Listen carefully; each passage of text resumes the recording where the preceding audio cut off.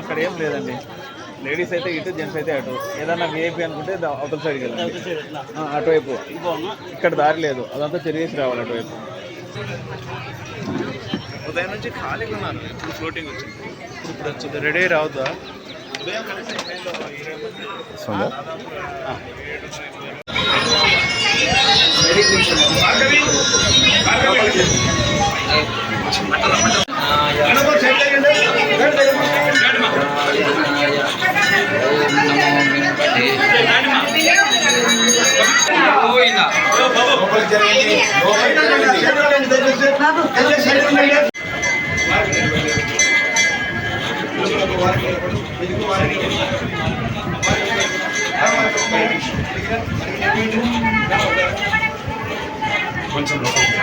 తలలు మాత్రమే ఉంచండి అన్న, మంచం ముందుకు రావకండి, తలలు మాత్రమే పెట్టేయండి.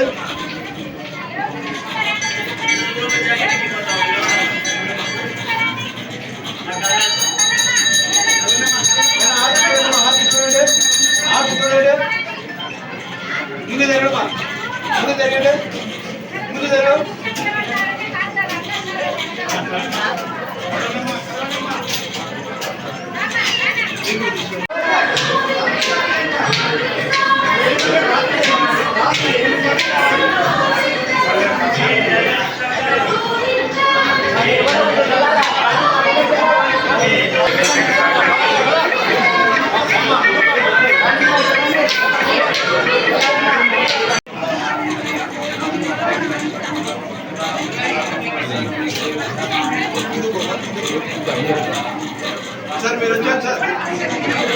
ఎడపడలవాడ వెంకటరమణ ఆపదము పడుతుంది, కన్నించి కాపాడుతుంది. గోవిందా గోవిందా గోవిందా గోవింద స్వామి తండ్రి.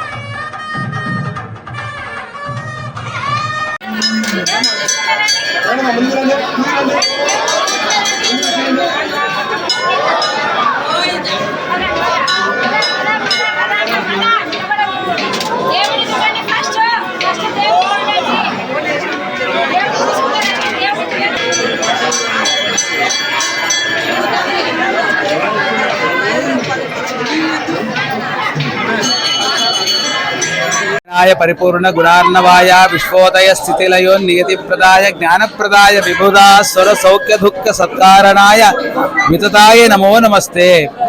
కలియుగ దైవము ఆ యొక్క శ్రీనివాసుడు, ఆ వైకుంఠవాసుని యొక్క ఏకాదశి, ఇది వైకుంఠ ఏకాదశి.